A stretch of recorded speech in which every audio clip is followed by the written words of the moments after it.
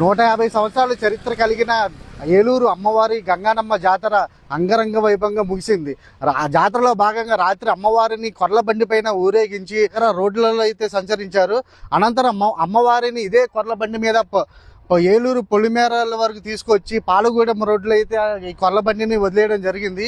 ఈ కొర్ల బండిని ఏం చేస్తారు అనేది అందరూ అనుకుంటారు, కానీ ఈ కొర్ల బండిని ఎవరు ఉపయోగించరు.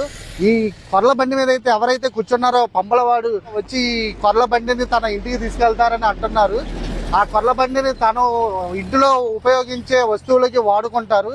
ఈ కొర్ల బండిని ఎవరు ఉపయోగించడానికి కుదరదు, తనే వాడుకోవాలని చెప్పి పురాణాల్లో ఉందని చెప్పి చెప్తున్నారు. ఇక్కడ చూసినట్టయితే ఈ యొక్క కొర్ల బండిని ఇక్కడ చూపిస్తున్నట్టు వేప చెట్టు ఉంది మొదలు, ఆ వేప చెట్టు నుంచి తయారు చేశారు.